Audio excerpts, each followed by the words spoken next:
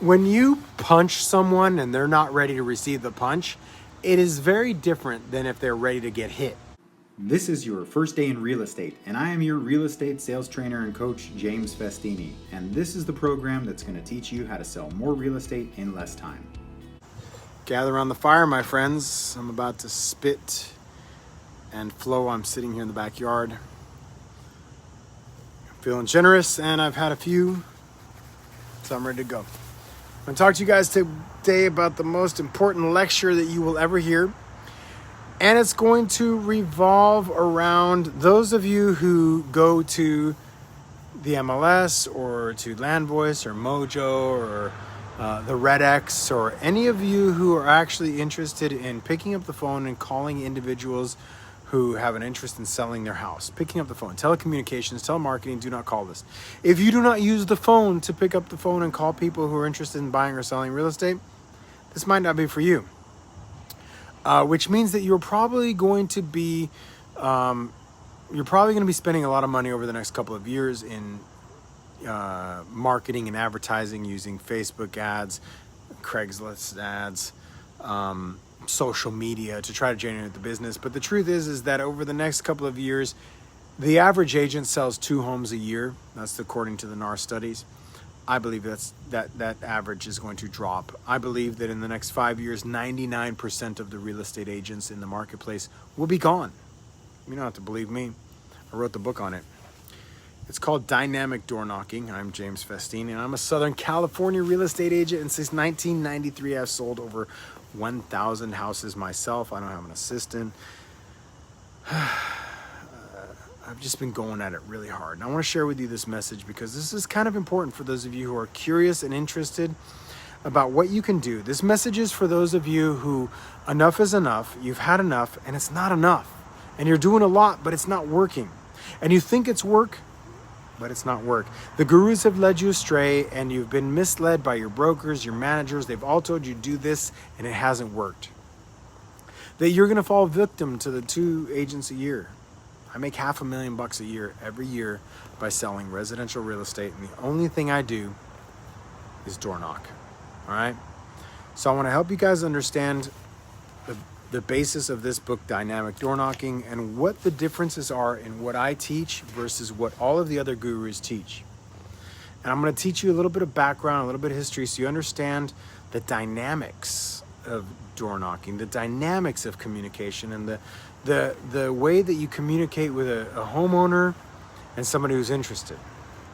You see, I've been in this business since 1993, and when I started out, there were several methods of getting business. The primary method was farming. Now that varied from like dropping letters off at people's homes, dropping off mailers, postcards, sending something to someone's mailbox.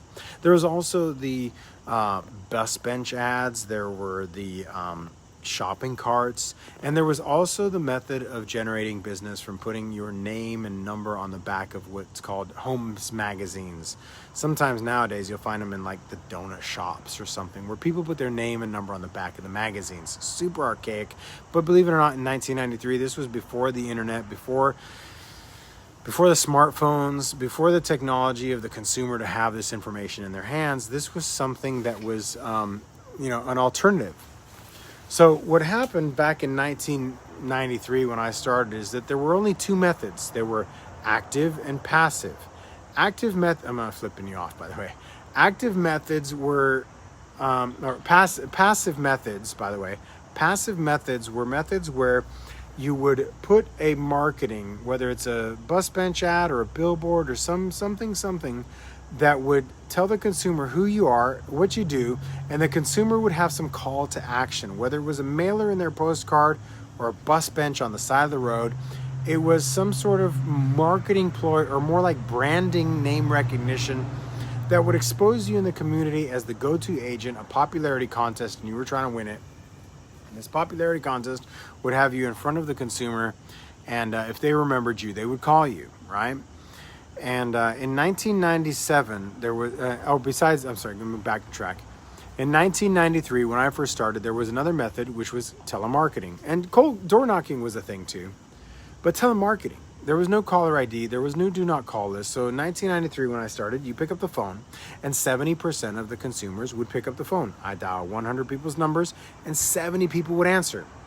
Versus like now in 2019, 6% would answer. 6 people would answer. I dial 100 numbers, 6 people answer, which is a huge difference. And I'll tell you why that happened.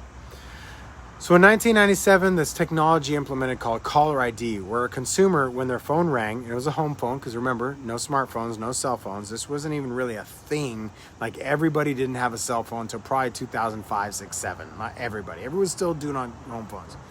So we'd have this caller ID. People would look at the phone and say, I don't know who this is. This is a phone on a cord or phone on a wireless phone in the house still. They would say, I don't know who this is. They would choose to ignore it, but still, even if you knew who it was, they would still answer it. Hi, my name, and then you would do your script. But in 2003, one of the first bombs dropped in the telemarketing industry, and that was the ability to sign up for the do not call list. In 2003, the do not call list came out. And this, for telemarketers, remind you that if you're marketing on the 3 methods, mailers, oh no, these didn't even exist. There was only mail. There was no email or MMS. There were only like 3 methods for you to generate business, including past client sphere of influence.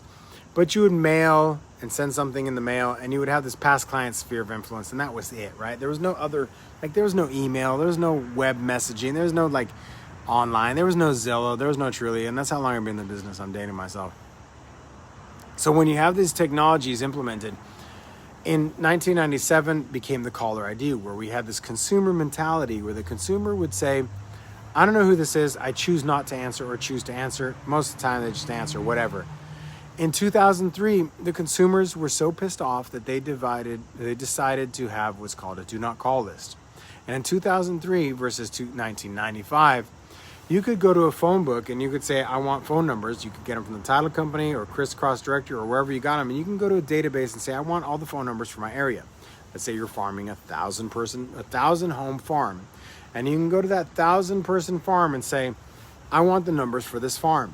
Well, in 1993, you could say, I want the numbers for this farm. I'm going to call this farm.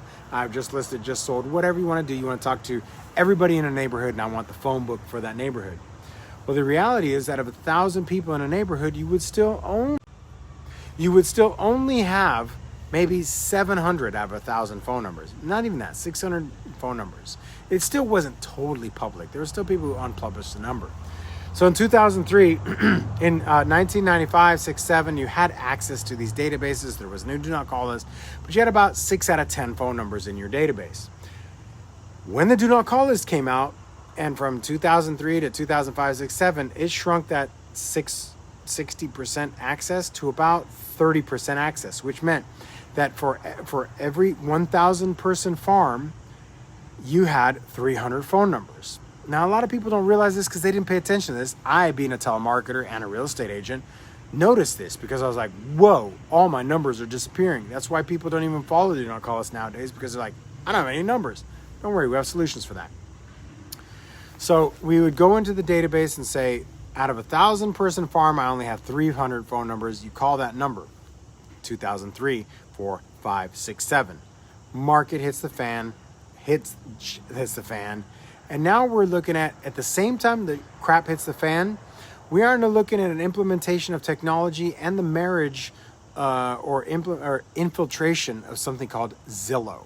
The homeowners and consumers' ability to take what was possibly our biggest call to action, free CMA, in the palm of their hands, along with the market crashing, Zillow, and the consumer's ability to get CMAs. Now we had nothing. Like in that 2007 to 2014 window, the only thing we were able to do is put out ads on Facebook, because that was the growth of Facebook. And we would say, Facebook, put out an ad that says free CMA, and consumers were gullible enough back then to say, oh, free CMA, I'm curious what my house is worth, which was similar to the ability to go online, and Zillow wasn't that big of a household name, so they would click that button and you would get an inquiry, but it wasn't necessarily a lead, more of an inquiry of someone who's curious.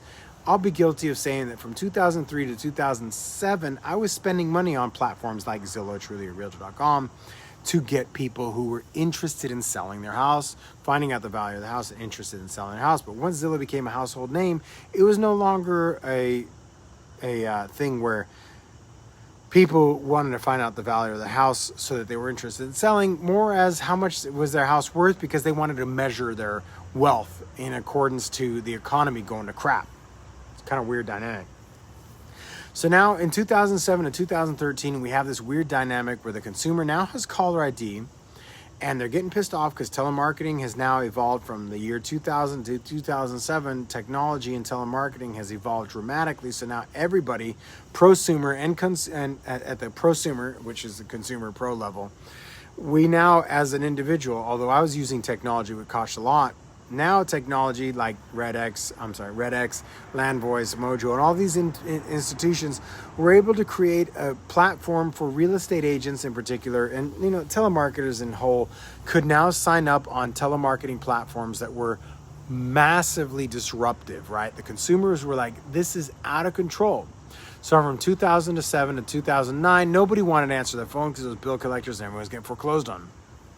2010, 12, 13, people were like starting to answer, but now they're starting to get mad. And what happens is now consumers are starting to look at this phone, and the technology was implemented to allow the consumer to look at the phone and say, not right now.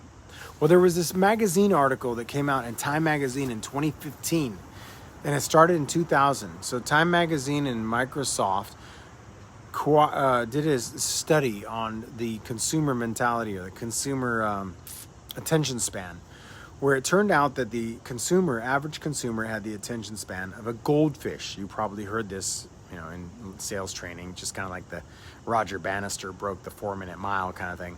There's these cliches that come into the, mentality of salespeople. And so now we have this consumer mentality of the average consumer has the attention span of a goldfish. Not to say that you're as dumb as a goldfish, but that you have the attention span of a goldfish. All of us. 8 seconds.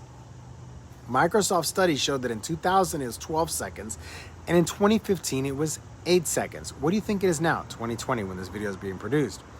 So now we have the attention span of a goldfish in 2015, and it is 8 seconds. And we have a consumer mentality that looks at their phone and says, who the hell are you and what do you want? Right when they look at their phone, because caller ID is now dominant. And so here's something that happened, and the do not call list, and everyone's getting calls, and we look at the phone, and what I call a swipe left economy, swipe left society, where we look at it and say, not right now, not a good time. So now we're looking at the evolution of this technology, the evolution of the economy, the evolution of the reluctant consumer who has the attention span of goldfish, and the consumer who doesn't make decisions right away, which is okay with me, because I know how to reverse engineer the consumer psychology. Can I get an amen, guys? Anyhow. So here we are at 2020. And what happens is now we have less than 8 seconds to capture the attention of the consumer. And we have a consumer who, when we do call them on the phone, their first thought process, which is you, says, who the hell are you and what the F do you want? That's how we are. And if we are interested in your product, it is probably not a good time, because we are used to saying swipe left, not right now, whether we like it or not, swipe left. We hit the power button to say no, and we swipe left to say not right now. In 2019, something happened in the telemarketing industry, which in my book, Dynamic Door Knocking, I say is the nail in the coffin, the arsenic, the fourth horseman of the apocalypse, which says that telemarketing as an industry is on its deathbed. It's on hospice. And if you guys are listening very carefully, you would know what that means is that there was this summit in June of 2019. There was a summit in June of 2019 where the FCC, the man in charge of telecommunications, and the major networks, Sprint, T-Mobile, Verizon, AT&T, and everybody else, got together and said, the consumers are pissed off. So since 2003, the FCC had full power over the do not call list, which everyone knew was a joke. Like all the telemarketers, like, whatever. right? And all the consumers like, I'm on the do not call list. They keep calling me. What do I do? So the FCC and the 4 or 5 big networks said, you know what? We're going to create this legislation or implementation called Shaken and Stir. If you look this up, it's jaw-dropping. There is a 4-hour summit on YouTube that talks to you guys, those of you who pick up the phone and call a consumer, like an agent who calls a consumer, that directly affects you. In 2019, June of 2019, there was a summit that said the FCC finally gave permission to these 4 networks to say, you know what? You go ahead and deal with the caller ID, and you handle the caller ID and the networks, and you go ahead and implement your own method of controlling the spam calls. So AT&T, Verizon, Sprint, T-Mobile said, thank you very much, FCC. Peace out. So I'm going to ask you this. In the last 60 or 90 days, have you noticed that your cell phone now has a caller ID that shows up that says suspected spam, caller ID blocking, suspicious scam likely, right? Scam likely. That's the first question. The second question is, did you pay for that? Did you pay for that? No, you didn't. Your network has taken it upon themselves to say scam likely. This is a direct result of Shake and Stir. No other thing. Never before, since 2003, has the telecommunications as an individual, AT&T, Sprint, Verizon, I don't think T-Mobile was ever landline, have they ever had the power to say, F you, FCC, we're going to handle this stuff because you're out of control and you're too big and you guys are worried about like overseas scams. You're like, you can't control this. We're losing customers because we can't stop it. We want the power. So the FCC said, fine, you have the power. Shake and Stir. Long story short. So now Jake, thank you very much. Jake says, scam likely. So now, if you've seen this happen on your phone, it's a direct result of Shake and Stir implemented into your phone. So now in the last 60, 90 days, now you're seeing, all of a sudden you're like, ooh, scam likely. Now, did we ever think, ooh, like as a consumer, did we ever go, what? Like, they slipped this into our thing and we never looked at it. Kind of like them slipping like $1 extra charge and we're like, we never think about it. They put this on our phone. We didn't ask for it. But yeah, we did it as a consumer. But we didn't pay for it. We didn't do anything. We just said, we're sick of telemarketers. You flag. So now, as a telemarketer, or as even at minimum, a real estate agent who goes into the MLS and says, I want the expired list. I'm going to call the old expireds. I'm going to call 50 old expireds today. And you finger dial these old expireds. And 20 or 30 of these pop into the T-Mobile network. 50 of these pop into the T-Mobile network. T-Mobile's going to be like, wait a second. This guy's caller ID has pinged our network 50, 60 times today. Suspected spam. So they're almost like reverse engineering the do not call list and giving it to you and saying, might be, maybe not. What are you as a consumer going to say? Who the hell is this and what do you want? But now when it says suspected spam, go to hell. Gone. So this is where I lead you to. The final frontier, my friends. I hope you guys are watching this video. Cheers to this wisdom and technology. There are 5 final frontiers in the universe. Five final frontiers for you to generate business. 2 of these are active, where you have control over your business. Where you can say, if I do this, shit will happen. 3 of these are, if I spend enough money and wait long enough, they will happen. Right? You following me? Here they are. They are called active and passive. These 3 are active. Thousands of dollars, thousands of hours, totally possible, but you could go broke before you do it. And these 2 are, if you go do it, but not many people are going to do it because it's hard, right? Kind of like, I want to lose weight. Do meth, stop eating, and work your ass off. Or just work your ass off. Remember what I'm saying? Like, there's shortcuts, right? Fen. Fen, crack, and, I don't know, don't eat. Can I get an amen? I know that I'm speaking to someone and they're hearing the truth. I'm talking about something that changes.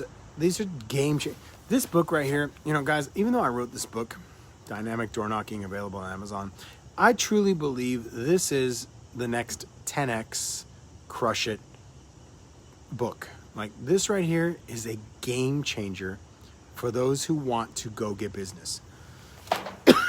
So let me talk to you about them. Let me talk to you about this. If the telecommunications are now in trouble, and now I told you in the beginning of this conversation that when you would get on the, so these are the 5. Let me rent off these 5. Mail, email, text messaging, phone, door. Email, mail, email, text messaging, phone, door.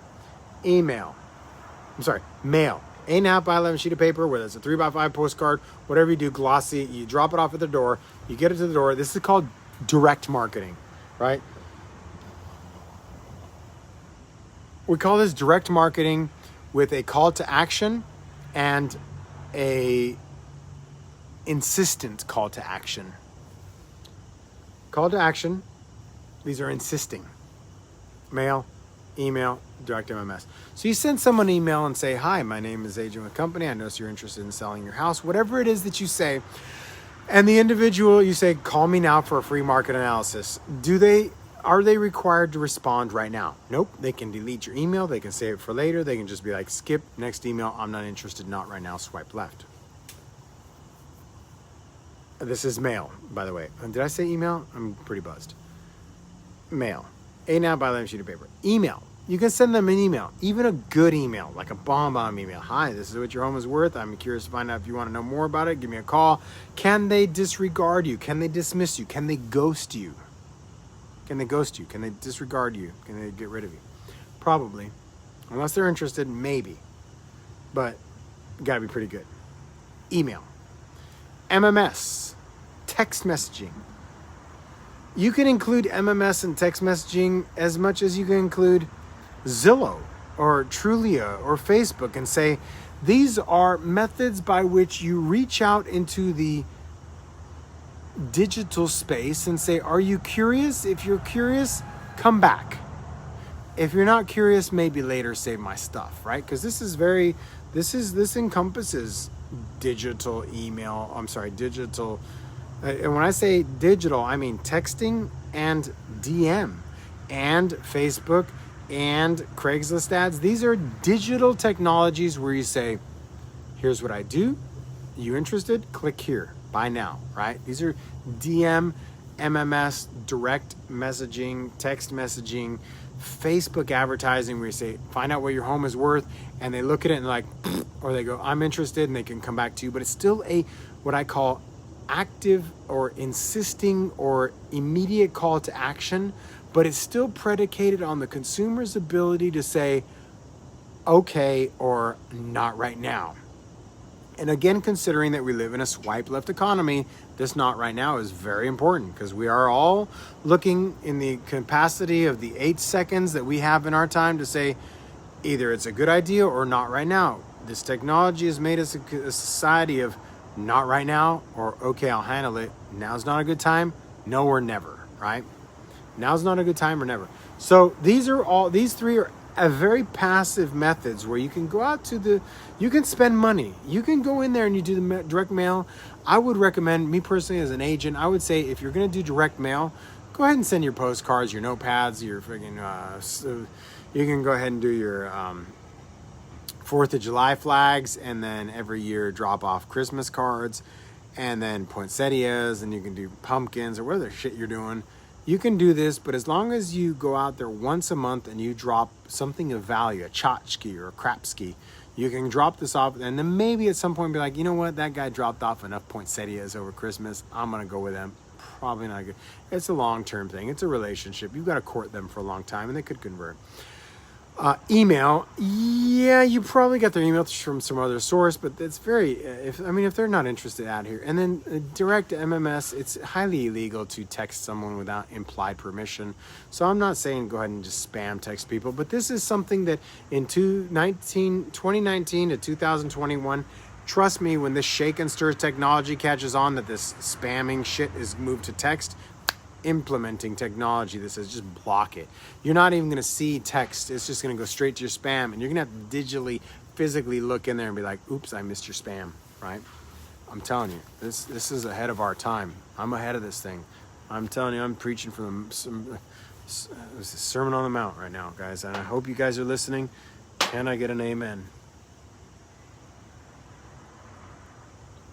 I'm surprised so few people hear me, but this is the New Agents Group, and I have a strong suspicion that because this is a New Agents Group, this has a high probability of real estate agents who are not willing to go out there and work their asses off because they were misled in the beginning, and they're just going to follow the leader, and it turns out the leader is walking in circles. And I'm sorry to tell you this, but I'm telling you right now, you don't have to want to. You never want to have to, but you have to want to.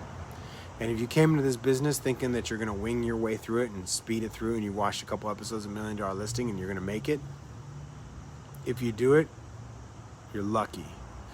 I'm talking to people who don't get lucky. I'm talking to people who don't like we're talking about, there's some people who get it and they work hard. Some people have to work hard and some people don't. If you're one of those people who just like things come easy, I'm not talking to you. I'm talking about the people who like me, who are like, God damn it, how do they do that? I gotta work harder. And no matter what we do, we struggle. But if we struggle and we work hard, we'll be all right. So this new technology and this implementation of technology has to be revolved around dynamic door knocking, which tells me that I've got less than 8 seconds to get the attention span of the consumer, and I've got to find out 3 objectives at the door. Do I have a lead? When will they sell? Because it's probably not today, because that's not how the consumer thinks anymore. It's probably maybe later, not right now. Now's not a good time, but maybe later. Communication, follow, relationship building. So my script is predicated on 3 steps. It revolves around 3 steps. It is, hi, my name is Agent with Company. I was just wondering if you had any interest in selling your house. There's only 2 ways they're going to answer that. No or no. Yeah, if you guys have ever watched my door knocking live, you would understand that there are 2 variations of no. One of the variations is no, and the other variation is no, not right now, not at this time, nah, not really. And it is night and day. And the fact that you're here listening right now on this weird hour, Monday night on President's Day, and you guys are hearing this, I'm teaching you something that after 30 years of doing this real estate business and sales, I mean, read the book, man. I've been going door to door since I was in 4th grade. Understanding the response of the consumer is the equivalent of understanding the knee-jerk response of somebody. The difference between going to the doctor's office and, you know, when they hit your knee and like the doctor hits your knee and he reads something, to you he just hits your knee with that rock and whatever, but to the doctor he hits that rock and goes, huh. The difference between my script and other scripts is the ability to recognize that when you hit that knee-jerk response, which is normally no, identifying when no goes no or no or no, you can read that, these subtle but very distinct intuitive perception into the psychology of the human consumer, which I know they're going to say no, or they're going to say not right now, or they're going to say yes, but yes usually means not right now because I'm always not at a good time because that's how we behave right now. So it limits me to 2 responses, no and not right now, which usually sometimes could be, maybe on the long shot, be no. I know that if I knock on 100 doors and I ask this specific question, hi, my name is James with Century 21. I was wondering if you had any interest in selling your house. And I work within the perimeters of this 6 to 8 second rule of the attention span of the consumer. And I catch them off guard. And I go to them, I say, hi, my name is Agent with Company. I was just wondering if you had any interest in selling your house. And I hit them within that 6 seconds. They are not physically, psychologically, mentally, emotionally prepared to answer no if they're thinking maybe. It is impossible for you to think, maybe I am thinking of selling my house, and say no with your no. If you're thinking maybe, you're going to go no. And I can pick up on that. You guys think you're like, this guy's batshit crazy. If you can pick up on this just so subtle, It's the difference between Chef Ramsay making Fruity Pebbles and James Festini making Fruity Pebbles. For some reason, Chef Ramsay could probably make better Fruity Pebbles. I don't know how he could do it, but he's probably better at it. Whatever it is. Maybe he pours it different, maybe he pours it in milk, maybe he stirs it something, maybe, I don't know. But this is the difference between artistry and sloppiness. The nuance in voice inflection, as Jake Moore is saying, thank you, amen, is that if you know that the individual is going to say no, that's out of the way. Edison said, I don't need to know 999 ways to not make a light bulb. I just need to know the one way. So I have not failed 999 times. I've succeeded one. Fortunately for door knocking, it's not like that. I knock on 100 doors and I will get one person out of 100 doors. One minimum, usually 3 to 5, right? So here's the math. If I knock on 100 doors, 25 people open. I've talked to many door knockers, prolific and sloppy, who say the same math is the same math is the same math. No matter if it's 9 a.m. to 10 minutes before sunset, which is my recommendation, you will, no matter what time of day, so there's no better time to door knock. There's a worse time to door knock, but there's no better. The worst time is after sunset and before 9 a.m., right? Everything else before that is the best time to door knock. From 9 a.m. to 10 minutes before sunset or at sunset, you go up and you talk to, you knock on 100 doors, 25 will open the door. There will be days that you will get some and there will be days that you don't get some. Using my script, using that guidelines of, 6 to 7 seconds to get their attention, people open up the door and they ask this question: who are you? What the hell do you want? So within 6 seconds, I'm going to answer that question. Hi, my name is Agent with Company. I was just wondering if you had any interest in selling your house. Within 5 seconds, I tell them this. So now their knee-jerk response inevitably will be no. No, I'm not interested. Did you hear that in my voice? I did it wrong because I'm teaching you. If they are thinking yes, but not right now, they're going to say no, to which it is an imperative and of the utmost importance that you ask one more follow-up question with the body language and the psychology and the physiology that I read out in my book, spell out my book, Dynamic Door Knocking, 145,000 pages, 45,000 words, 45,000 words of this. I originally started writing this as a chapter for my other book, and it turned out to be a book, Door Knocking.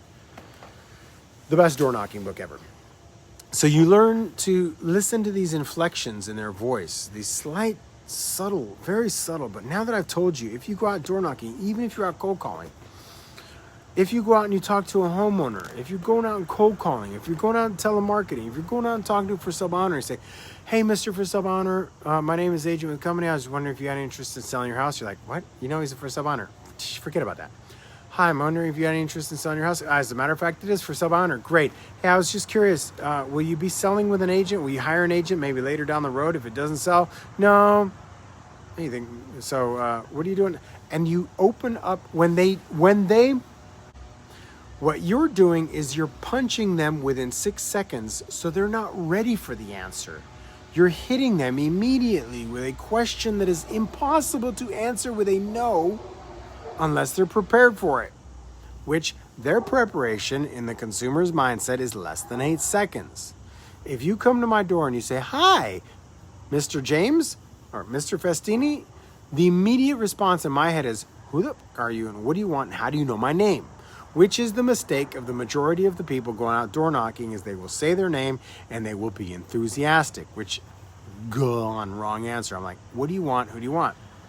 But if you came to my door and you said, hi, my name is Agent. I was curious to find out if you had any interest in selling your house, which I say, no, I'm not interested. If I'm not interested, I will say no. If I'm slightly interested, but now's not a good time, I will say, no, not right now. It's just automatic. 100% of the time, people will respond differently. And I say 100% of the time because it's impossible for someone to tell me no without me hearing a maybe in their head, because I haven't given up time. If I go to your door and I say, hi, my name is Agent with Company. How are you today? Like, oh God, he's a salesperson. As soon as they get the hell out of here, I'm done. No problem. Yes, how can I help you? Hi, my name is Agent. Well, I was just curious. We were just recently listed a home on 123 Main Street, and we were wondering, not telling you, but maybe someone you know. Who do you know who might be interested in selling your house? So that transition between my perceived 8-second rule and the reality of Time Magazine's 8-second rule, and the idiotic script that the majority of gurus say, which is like 15 to 20 seconds, is actually enough time for a consumer to think to themselves, Whatever this guy is selling, I'm not interested in, I'm saying no. And if you allow the consumer to think that whatever this person is selling, I'm not interested, they're not going to think that in the 8 seconds. They can't think that because the first thought in the consumer's mind is, who are you? What the hell do you want? The next two thoughts are, I need to get rid of them because I don't want whatever they're selling. But if they are interested, it is my obligation, my duty, my objective is to find out how can I help them. But if it's not right now, walk the hell off their lawn because they got less than 8 seconds. So their first thing is, who are you? What do you want? Right? As soon as this guy shuts up, I'm getting him off my lawn and saying no. Even though I'm not interested, now is not a good time. So I go in there and say, hi, my name is Agent with Company. I was just wondering if you're interested in selling your house. No. Oh, you think maybe later down the road you'd reconsider? Well, you know, my grandma, my mother, my daughter, my hemorrhoids, whatever they say you. Now you have extracted one of the 3 objectives. Do I have a lead? When will they sell? And if it's not today, how do I follow up and communicate? These are the 3 objectives at the door. Hi, my name is Agent with Company. I was wondering if you're interested in selling your house. No, not right now. Do you think maybe later down the road you reconsider? Well, my wife, my hemorrhoids, my mother, whatever. Great. Hey, and so I'm leading in here with this little inflection here and saying, hey, do you have any idea what it's worth? Well, no. What I'm doing is I'm setting up, I don't even want to talk about this anymore.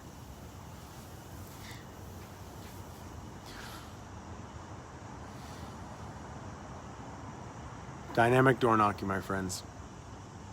It is the final frontier for any individual.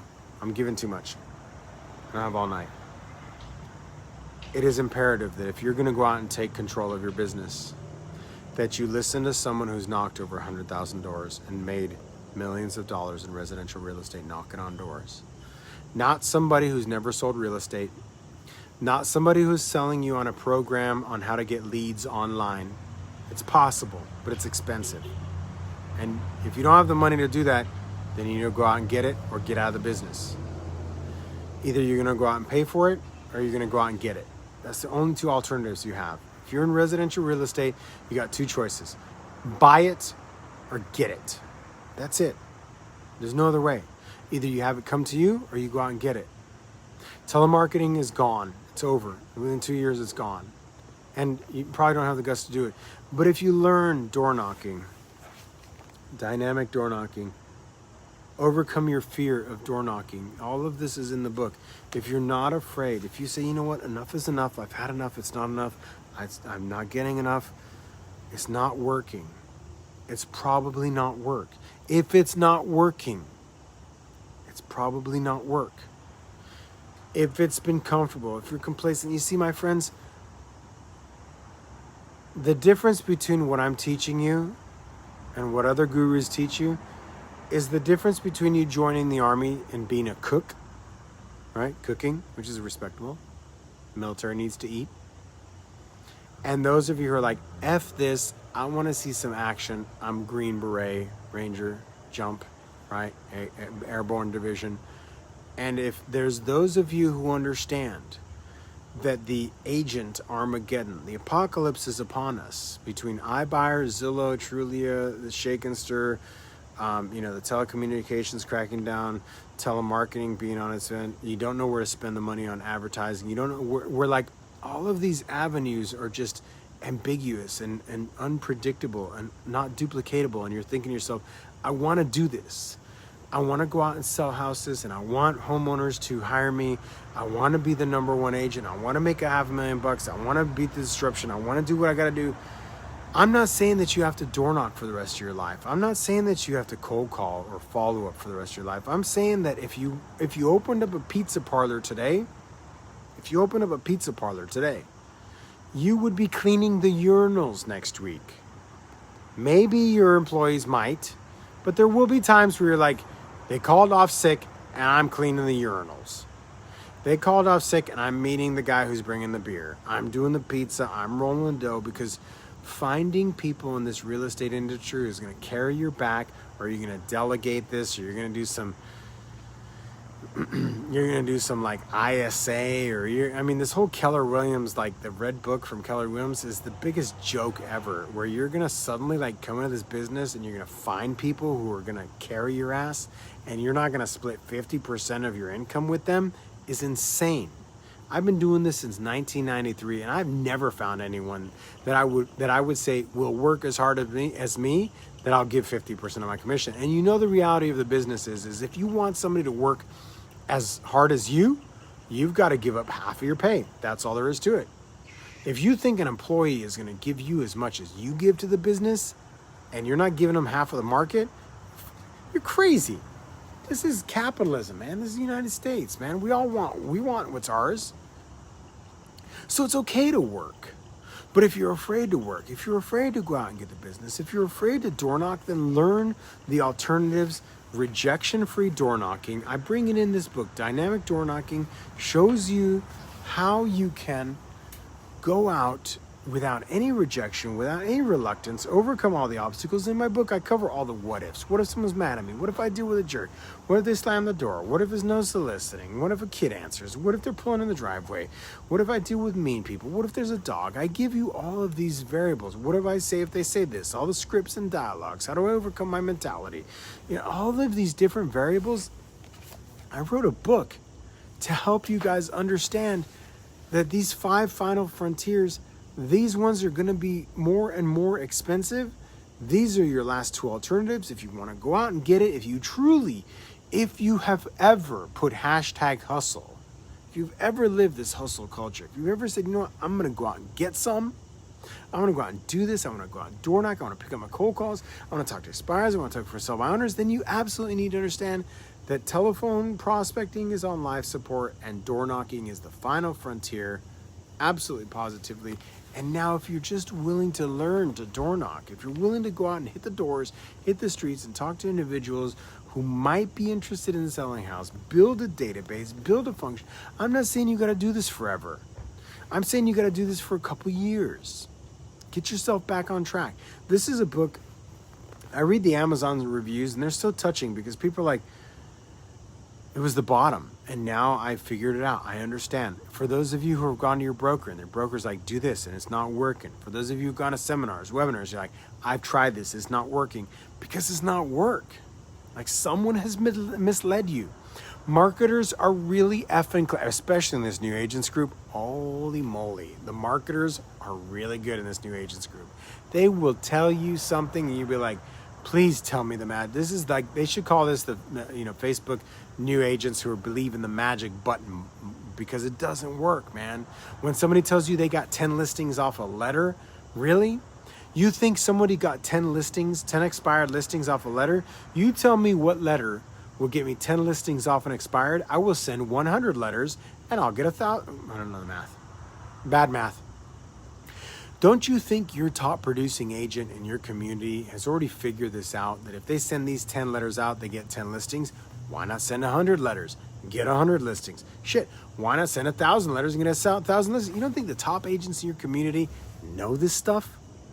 I'm one of the top agents in my community. I know this stuff, and I look at it and I go, no, there is no letter that I can mail to an expired that will call me and say, let's do this thing. There might be one that if I send consistently, then maybe there's a fluke, but there's no way that you guys are going to send one letter to an expired in 2020. Come on, don't be so gullible.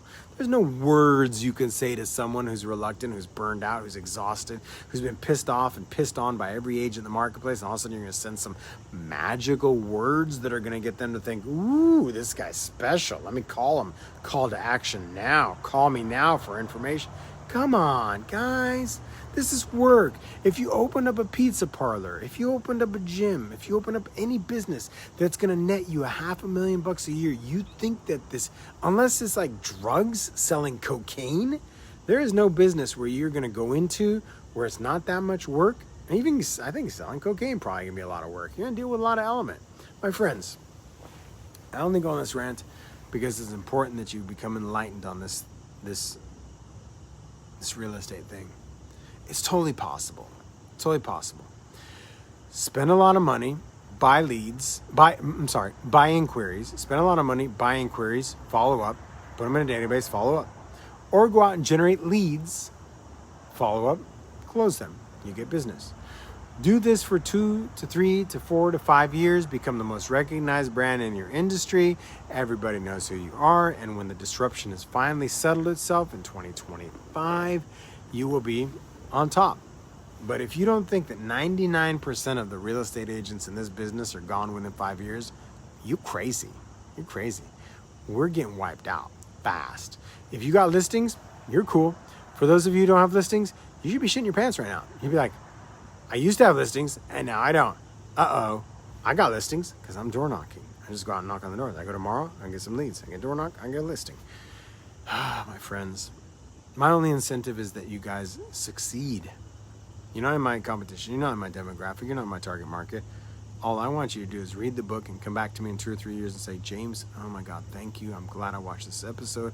I'm glad I found your book. I was under the impression that it was easier, and yet I wanted to work my butt off. I just didn't know how to do it. This is how you do it. Thanks, guys. Get back to work. I'm getting frustrated. I'm sorry, but you guys need to work. It's going to be work. It's going to be work. Thank you. People ask me all the time, where do I get my data? How do I have so many good numbers without spending an arm and a leg? Because I recommend you get it from 3 places, and I merge them to create the ultimate white pages. 2 of them are Cole Realty Resources and TelephoneList.biz. They will provide you names, addresses, phone numbers, along with email addresses scrubbed against the Do Not Call list, available for both US and Canada.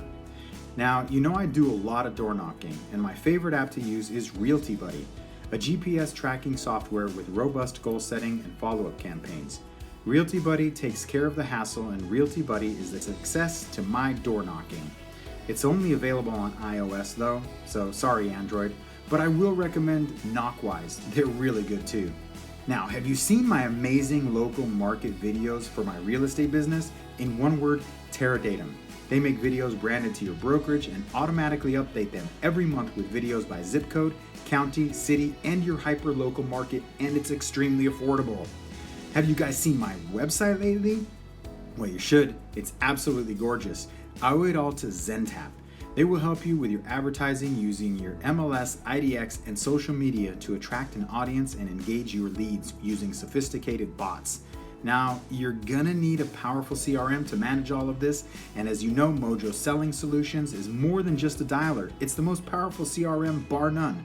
Mojo provides you expireds for sell by owners, and that is the 3rd list of data, along with email and mail campaigns. For more information on any of these products, along with my personal coaching and training products, go to jamesfestini.com today. Or just show financial support at any amount on patreon.com/James Festini. Now, get back to work.